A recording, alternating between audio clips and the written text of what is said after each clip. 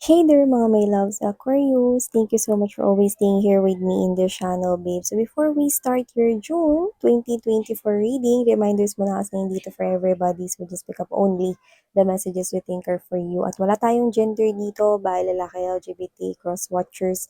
You can flip close if you want because this is general reading right here.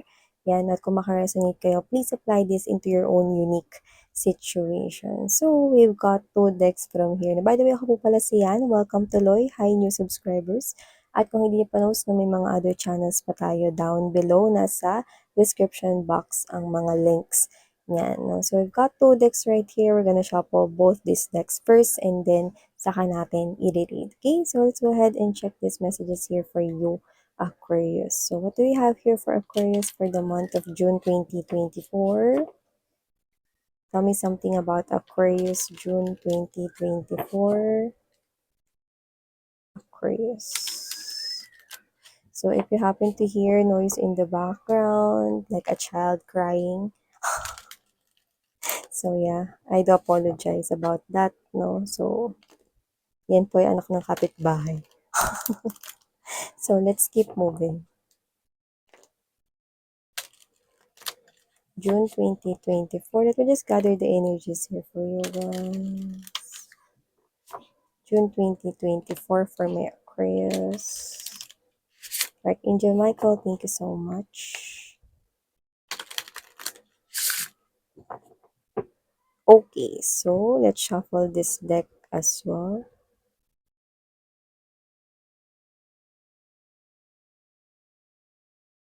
Tell me more. For me, Aquarius, June 2024, mga mensahe na dapat malaman ni Aquarius, can you please show me? June 2024. Aquarius.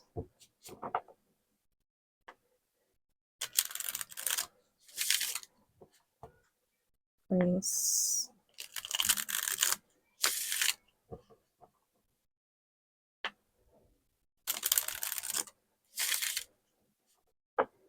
Alam niyo, nakita ko noon, yung parang design sa garden, no? Yung parang ano siya, parang cage siya ng dove or ng kalapate, no? Na glass tapos white yung itsura niya. So, the first thing that came into my mind after seeing that, no, is that posible nakakita kayo niyan, no?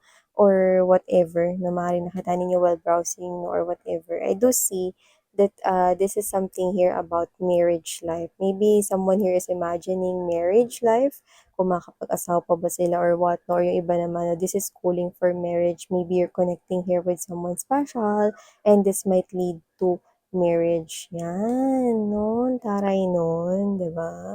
At maaaring yung proposal na yan, no? Or baka ikasal kayo ngayong June, di ba?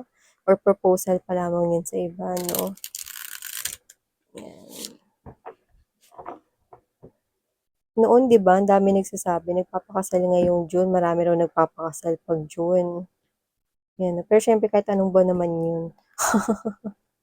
Pero maaaring yung proposal na is mangyari this June or parang meron kayong iisipin particularly about marriage life, couple world, no, to the point na marriage, couple, mga ganyan. So, let's make latag. We have here this Maximus. How can you feed others when your own table is empty? Maybe you are in this type of energy that you want to help your family. This could be a family situation. Or maybe you want to help other people but you are not really capable na gawin yun. No? This is you want to strive for more. You want to do more. No? Gusto mo mag-improve pa more or magkaroon ng increase dito sa finances mo. No? So you can be able to provide more with your family. Maybe you're gonna think about your family this June or you will be thinking, ano pa yung mga pwede kong gawin para matulungan ko yung family ko, no? In terms of finances is what I'm picking up, no? So, nakita ko dito, no, na this is you wanna help but you don't know how. Yan, no? Or ano yung pwede ko rito gawin, no? There could be opportunities right here that you want na i-take na chance or i-risk, no? So that you can be able to help others, especially kung family yan, no? Or malapit sa inyo. So we have here this translucence. love the darkness. So I'm seeing that you will be in this type of energy na mas balanse yung energy mo ngayong June. At ikaw 'to 'no, na noon parang pinagsisisihan mo pa lahat ng mga naka-connect mo before 'no, na lahat ng mga problemang dumating sa'yo na lahat-lahat 'yan parang nagre-resent ka pa diyan 'no. Pero ngayon unti-unti mo na 'yan na natatanggap 'no, na parang, "Ay tapos na yung bagay na yun, hindi na mabigat sa loob ko yung bagay na yun," no? Or maaaring may makita kang familiar na tao na nakagawa sa inyo ng hindi maganda noon 'no, and then you bump into each other 'no, this June 'no, and then this is you. Parang okey na talaga ako. Nasabi ko talaga sa sarili ko na hindi na ako galit sa kanya, okey na talaga ako, wala na akong nararamdaman na pain or whatever. It could be anyone from the past. You may have this random na parang makikita mo siya, doesn't have to be na makakabangga mo or makakabunggo mo 'no, ganyan. Pero posibleng makita mo lang 'no, or baka may magpaalala sa'yo and then you're gonna, assess yourself na, "Ay okey na pala ako sa bagay na yun." 'Yan. So, there's total acceptance. Bumabalanse na yung energy mo 'no. Maganda yan kasi bumabalanse rin yung life mo kapagka ganyan na yung nagiging tingin mo 'no, sa iyong nakaraan, hindi na pangit, 'di ba? So, we have here the liberation, free yourself. Exactly, you already free yourself right here, that's why you're gaining stability. Nakita ko dito ano, that something permanent is now, unti-unting nagiging malinaw sa buhay mo. Permanenteng love life is what I'm picking up if that's what you want. Permanenteng pagkukunan ng trabaho if that's what you want. You just need to release more. Baka yung iba sa inyo meron pa kayo diyan na natitirang mga excess baggage or mga past traumas na baggages, you need to release, no, all of those things. You're already doing a great job, so continue doing it, no. Alam mo ba, the more na hindi ka na nagho-hold on sa past, no. Yes, kasama yung mga galit, kasama yung mga parang visit ako diyan sa tao na yun, eh. Kasama yung mga gano'n 'no, 'pag pinakawalan mo yon, you make room for new things. At ano ba yung mga manifestations and wish mo? Madami 'di ba? Nakikita ko yun na madami. Pero paano ka maglalagay ng mga rooms for that if you will still hold on to that grudges? Well, let it go. Total wala naman na yan sa'yo 'no, palayain mo na yan para may lalagyanan 'no, or may kwartong paglalagyan yung mga kahilingan mo na para magsipasok yan sa buhay mo, 'di ba? Parang ganito lang yan, kumakain ka sa mang-inasal. Hindi pa ako endorser ng mang-inasal 'no. 'Pag kumain ka sa mang-inasal kasi laging punuan yung tao 'di ba, hihintayin mo muna may tumayo ta's linisin yung mesa bago ka uupo, gano'n 'no. So, pagtingin mo ba hindi pa tumayo sila makakakain ka pa ng dine-in, 'di ba hindi? So, you really need to make room 'no, para merong papalit dun, 'di ba? So, ganun 'yan 'no.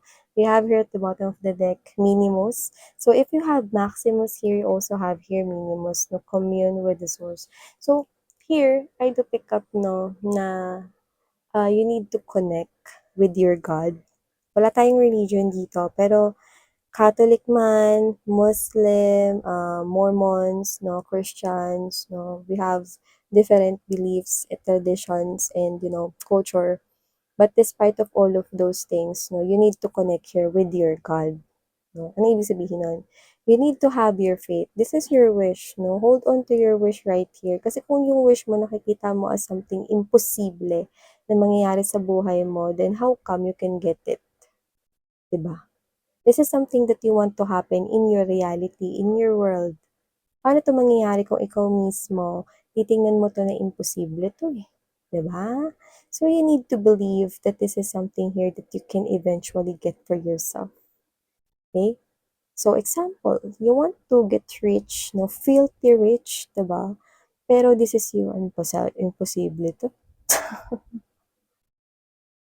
Nagma-match pa yung iyong mindset, ang energy mo sa goal mo, hindi 'di ba?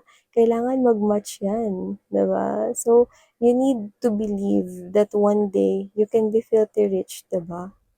So, you can be able to get it, okay? But if you will continue to have that poor mindset, no, can you really get it? No, you're not, okay? So, you need to believe and have faith that there is higher power. Yeah, you are human being, pero merong higher power than us. Sila yung may kakayanan na ibigay sa'yo yung mga wishes mo, okay?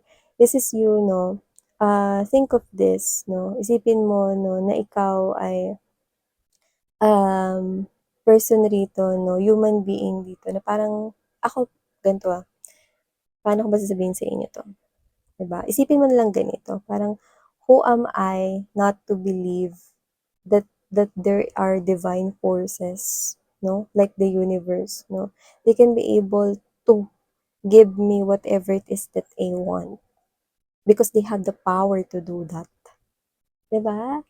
So, if you believe 'no, na ikaw nga 'no, paano ka naging tao 'no, saan nagmula yung tao and the universe and all of these things, 'di ba? There's really higher power than us. So, why not believe that your dreams are really possible to happen sa'yo, 'di ba? So, we have here this everything in perfect balance. See, definitely everything in perfect balance. And then, we also have here the love, the darkness, and free yourself, no? Number 33 ito. Ayan, number 33 yan.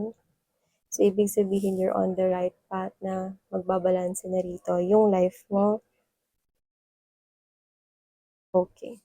And I think, meron dito sa month of June na parang kailangan mo rito na na bawasan. I think maaaring meron ka ditong excessive na gawin 'no, so baka yung iba diyan na excessive yung pag-spend ng money or iba excessive na pag-iinom or excessive na, drinking liquors or drinking coffee, mga ganyan 'no. I think meron ditong babawasan ka. So, iba siguro magda-diet or, what's this, ime-maintain yung disiplina sa body nila 'no, para mas maging healthy, 'yan 'no.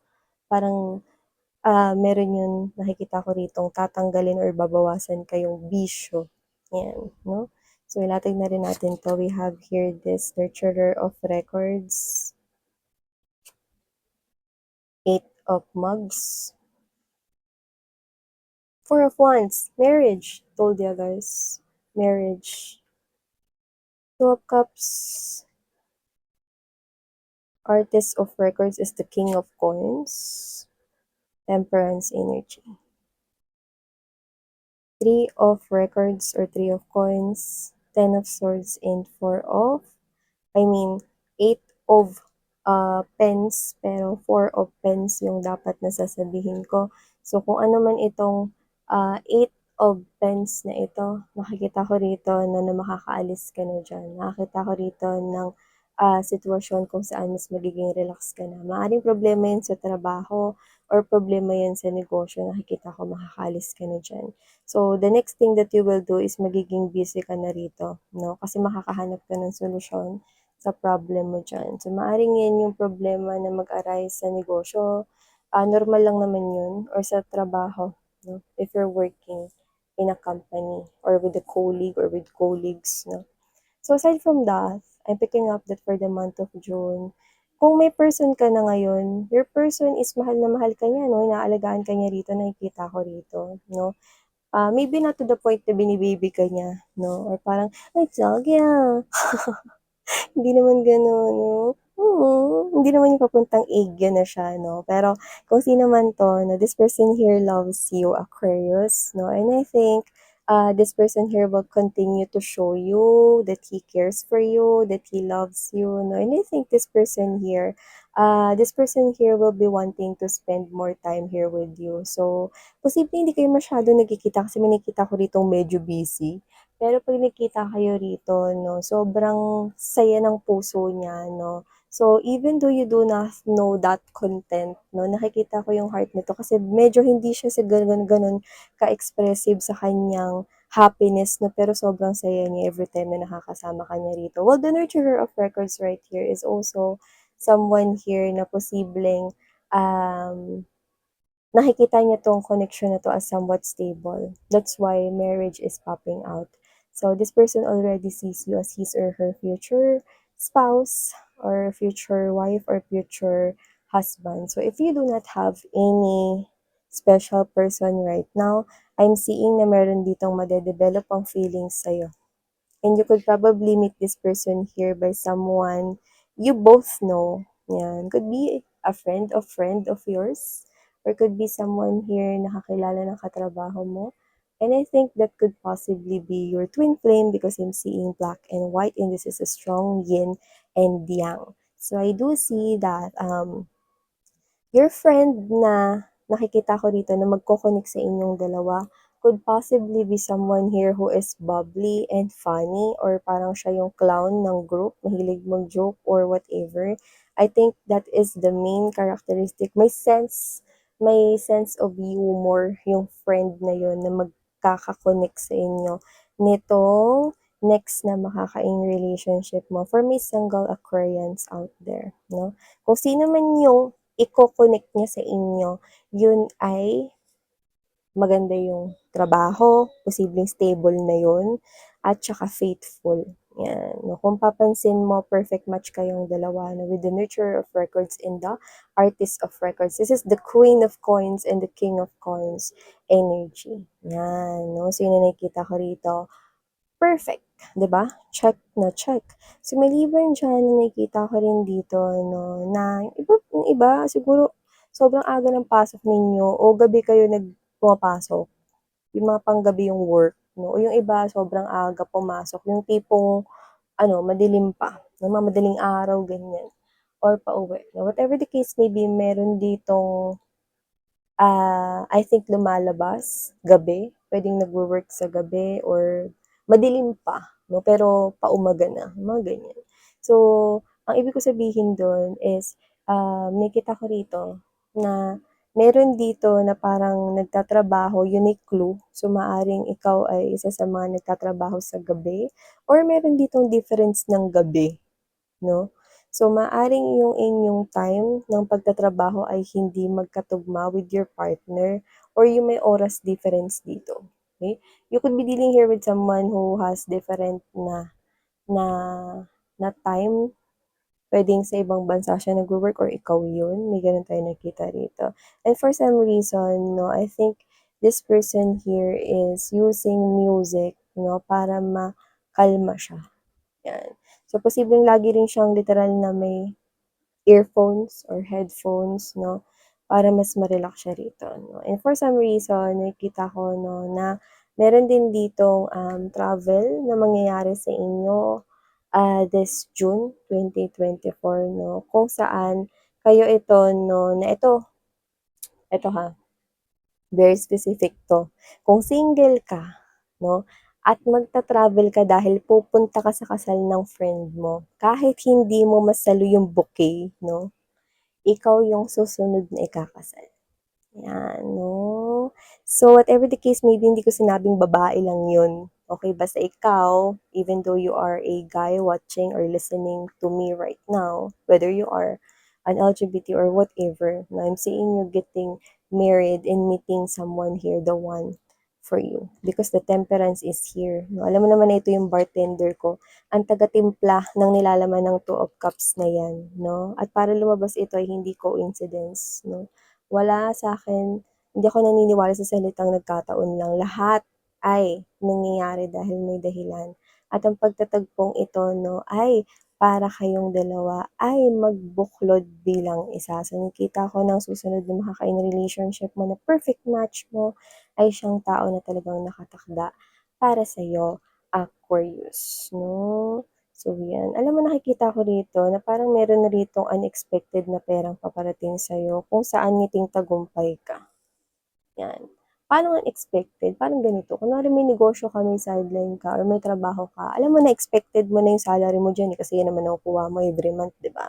Or every, kung kailan kayo sumasweldo in a month, 'di ba? So, expected mo na yan 'no. Pero dito, meron ditong extrang money na tingin ko hindi mo ine-expect 'no. So, ikaw 'to kasi na parang dedicated ka pagdating sa work kasi inspired ka 'no, with your family.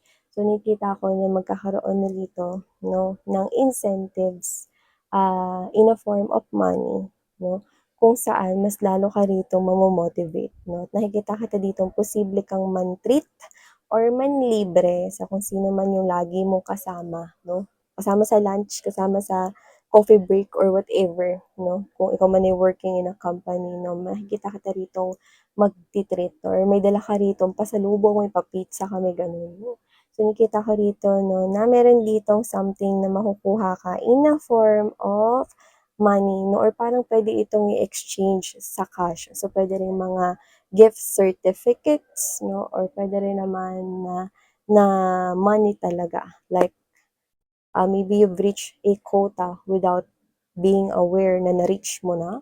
May mga ganun. Okay? So, that is one of the examples. So, there you go. We've got right here your June 2024 reading. Again, thank you for your time, no? And ako po ulit sa yan. Thank you so much. And sarang hey, love and light. Anyo.